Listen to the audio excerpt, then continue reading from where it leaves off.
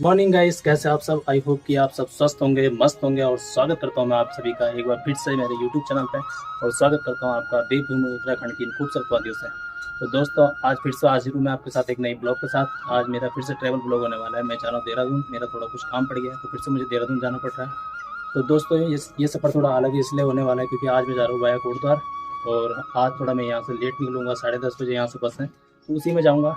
तो बने रहिए वीडियो में, दिखाते हुए चलेंगे आपको रास्ते के कुछ हसीन नज़ारे। ये सामने है कोटद्वार डिपो की गाड़ी। पिछली बार मैं जब गया था तो देहरादून डिपो की गाड़ी थी, अब कोटद्वार डिपो की गाड़ी है। तो ये राजकीय इंटर कॉलेज बिरोखाल वाड़ी गढ़वाल। और यहाँ सामने स्थापित की गई है तिलु रोतली की मूर्ति। उत्तराखंड की एक ऐसी बीरबाला जिन्होंने 15 साल की उम्र में ही जो मैदान में उतर गई थी, रण के मैदान में उतर गई थी।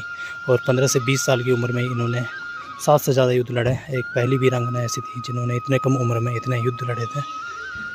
इनकी स्मृति में यहाँ पे मूर्ति स्थापित की गई है। तो टाइम हो रहा है 10:30। अब गाड़ी निकल चुकी है, करते हैं आगे की जर्नी स्टार्ट।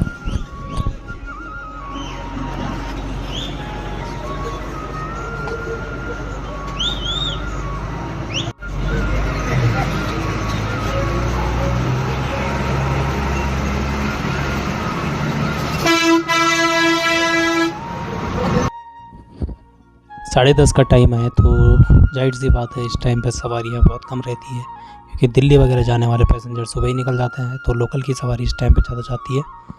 और बिरोखाल से कुछ आगे निकलते ही ये पड़ता है गर्ल्स इंटर कॉलेज बिरोखाल।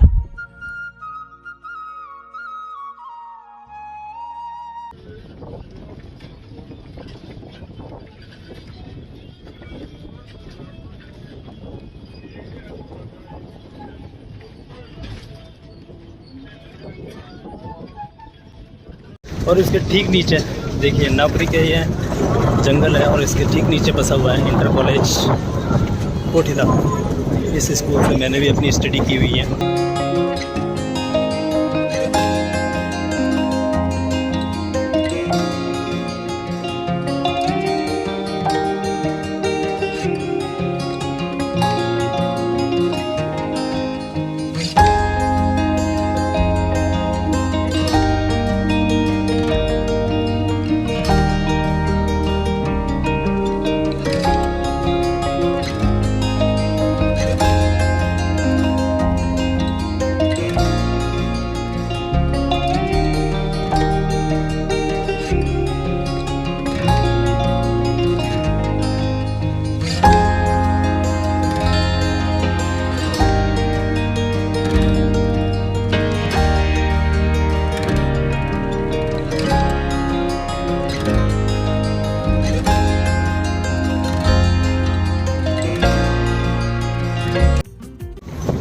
ये है खटलगढ़ नदी और सामने पड़ता है बाड़ा डांडा गाँव, थापला बाड़ा डांडा। Aerial view. कुछ दूरी का सफ़र तय करने के बाद मैं पहुंच चुका हूं सिद्धपीठ दुना महादेव के मंदिर के परिसर में। और यहाँ नदी के किनारे है स्थित एक सुंदर सा महादेव मंदिर। और दुनाव में ही एक माइनर हाइड्रो प्रोजेक्ट का काम चल रहा है। और इस प्रोजेक्ट का जो इनॉग्रेशन किया गया था वो साल 2017 में उत्तराखंड के तत्कालीन मुख्यमंत्री श्री त्रिवेंद्र सिंह रावत जी द्वारा किया गया था। और इस प्रोजेक्ट की जो कैपेसिटी है, विद्युत बनाने की जो कैपेसिटी है, इलेक्ट्रिसिटी बनाने की जो कैपेसिटी है, वो 1.5 मेगावाट है। और इस प्रोजेक्ट का जो काम कराया जा रहा है वो उत्तराखंड जल विद्युत निगम यानी कि UJVNL द्वारा कराया जा रहा है।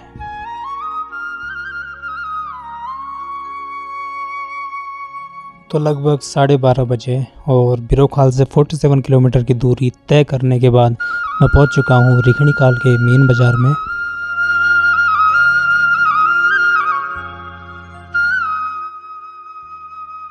तो दोस्तों, अभी मैं हूं रिखणीकाल बाज़ार में। रिखणीकाल बाज़ार अभी ब्लॉक पड़ता है। अभी यहाँ पे गाड़ी रुकी हुई है। पीछे आप देख सकते हैं कि रोडवेज की बस खड़ी हो रखी है। तो रिखणीकाल के बारे में बताओ, ये एक ब्लॉक पड़ता है और इसके एक साइड पड़ता है सतपुली, दूसरी साइड पड़ता है जहरीकाल, तीसरी साइड पड़ता है नैनी डांडा और चौथी साइड पड़ता है बिरोखाल। तो ये चारों क्षेत्र मुख्य क्षेत्र हैं इसी क्षेत्र के, और ये पौड़ी ज़िले में आते हैं। और रिखणीखाल में मुख्य रूप से 2 नदियाँ बहती है, एक मंदाल नदी और दूसरी है पूर्वी नहर। सिंचाई में इन दोनों नदियों का ही पानी मोस्टली यूज होता है। तो रिखणीखाल से लैंसडाउन की जो दूरी पड़ती है वो 53 किलोमीटर और ताड़केश्वर महादेव एक महादेव मंदिर है, उसकी दूरी 26 किलोमीटर पड़ती है। तो अगर आप कभी घूमने का प्लान बना रहे तो ताड़केश्वर महादेव ज़रूर आए घूमने। तो इस साइड से बात करें तो यहाँ से बिरोखाल की दूरी 47 किलोमीटर और किलोबोखाल की दूरी 13 किलोमीटर। तो इस पे लिखा हुआ है कोटद्वार दिल्ली कश्मीरी गेट। तो ये गाड़ी जो करती है सुबह, तो ये गाड़ी जो है ना ये दिल्ली से आती है रात को और सुबह पहुँचती है 9 बजे बिरोखाल पहुँच जाती है और 1 घंटे रुकती है, उसके बाद दोबारा वापस कोटद्वार के लिए निकलती है।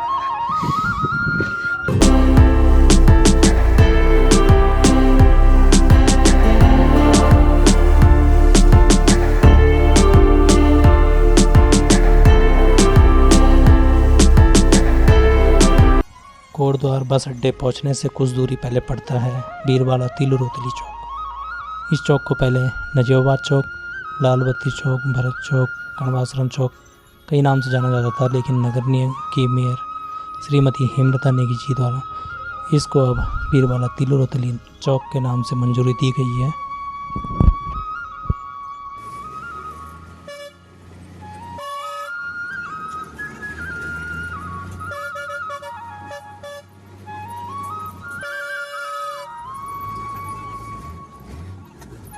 तो दोस्तों फाइनली मैं पहुंच चुका हूं गढ़वाल के द्वार कोटद्वार में, कण्व नगरी कोटद्वार में। जैसे कि आप सभी जानते हैं कि कोटद्वार एक तहसील है और कोटद्वार एक नगर निगम है, कोटद्वार एक नगर है। तो दोस्तों पौड़ी ज़िले का एकमात्र ऐसा शहर जहां तक रेलवे लाइन बिछाई गई है, बाकी पौड़ी ज़िले का कोई भी ऐसा क्षेत्र नहीं है जहाँ तक रेलवे लाइन बिछाई गई हो। कोटद्वार के बारे में मैं आपको बताऊँ तो कोटद्वार उत्तराखंड का 8वां ऐसा शहर है जो सबसे बड़ा शहर है उत्तराखंड का, और पीछे आप देख रहे हैं उत्तर रेलवे का, उत्तर रेलवे को ये जोड़ रही है। अगर शाम के टाइम पे कोटद्वार 5 बजे के बाद देहरादून के लिए रोडवेज की बसेस बहुत कम मिलती है, तो यहाँ पे शेयरिंग कैब चलती है या प्रेस वाली गाड़ियाँ चलती है, उसी के थ्रू मुझे जाना पड़ेगा। देखते हैं मिलती कब है, कितनी सवारी उसमें अवेलेबल है, जब सवारी होती है तभी निकलते हो यहाँ से। फिलहाल तो इस टाइम पर मैं हूँ कोटद्वार के टैक्सी स्टैंड में और यहाँ से रोडवेज की बसें शाम को मिलना मुश्किल होता है, जैसे मैंने पहले बताया था। तो मुझे शेयरिंग कैब चल रही है, ये पीछे टैक्सी है, ये देहरादून तक जाएगी और अभी इसकी सवारी पूरी नहीं हो रही है, तो देखते हैं कितना टाइम लेता है। 3 सवारी बैठी है अभी, मुझे मिला कि 3 सवारी है। अभी 7-8 सवारी, 7-8 सीटर तो होगी कम से कम, ये 7-8 सीट फुल करेगा फिर चलेगा।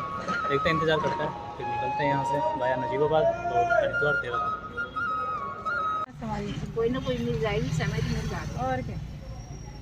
चलो नहीं रावत बैरियर पे भी खड़े रहते हैं सवारियां तो। रावत ही है। अरे भाई बोलना मैं तो अभी जाके सब्जी लेने और खाना भी पकाना देहरादून का नाम ना हरिद्वार। देहरादून कितने है इसमें? हमें तो जाना है बनाना। 2 पीछे है, 3 पीछे है। और कौन है भाई साहब? मैं नेपाली का रहा हूँ। वहाँ पे मिल जाती चंडी घाट पे बहुत सारी। देहरादून कौन मैं बोल रही लाल बत्ती पे है गाड़ी, चलो तो वहीं पे चलते हैं। इतनी सवारी में तो बाहर से भी कोई ना कोई अपना पाजा सही है। और भाग रही है सब। दोस्तों मैं हरिद्वार पहुंच चुका हूं और हरिद्वार से अभी यहाँ पे की भी है मैक्स, और आगे वो तब जाएगा जब 2-3 सवारी देहरादून की मिलेगी तब जाएगी। अभी मैं चंडीपुल पे हूँ, चंडीपुल से देहरादून की सवारी बैठेगी, देखते कितना टाइम में मिलती है देहरादून की सवारी, इंतजार करते हैं।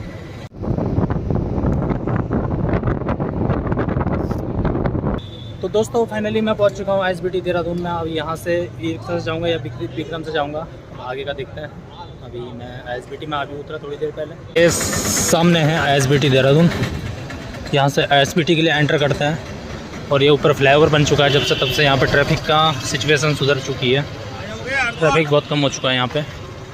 और इसमें फ्लाईओवर का जो था क्लेमेंट टाउन से या उससे आगे से कहीं से भी कोई भी वाहन आता है तो वो सीधा फ्लाईओवर से होते हुए हरिद्वार के लिए और यहाँ से राजपुर रोड के लिए निकल जाएगी। यहाँ से मैं थोड़ा खाना पैक करा रहा हूँ क्योंकि मैं आज खाना नहीं बना रहा हूँ, तो इस चक्कर में आज खाना यहीं पे पैक करा कर ले जा रहा हूँ क्योंकि लेट ज़्यादा हो चुका हूँ। ISBT से बाहर निकलते ही एक रोड यहाँ से जाती है क्लेमेंट टाउन की तरफ, ये वाली रोड क्लेमेंट टाउन जाती है और ये वाली राजपुर रोड की तरफ। तो मुझे इस रोड पे जाना है, आगे से विक्रम खड़े हो गए, उसी में जाऊँगा। तो मैं बैठ चुका हूँ अपनी धन्नों में। अब यहाँ से हम चलेंगे कमला पैलेस की तरफ शिमला बाईपास रोड से। ये 5 नंबर विक्रम है, ये जाता है राजपुर रोड की तरफ, घंटागढ़ तक जाता है, बट मैं मंडी चौक पर उतर जाऊँगा। तो दोस्तों यहाँ से मुझे 2 मिनट लगेंगे और मैं अपने ब्लॉग को यहीं पे एंड करता हूँ। आशा करता हूँ कि आपका मेरा ब्लॉग पसंद आया होगा। अगर मेरा ब्लॉग पसंद आया तो लाइक करें, शेयर करें और सब्सक्राइब करना बिल्कुल ना भूलें।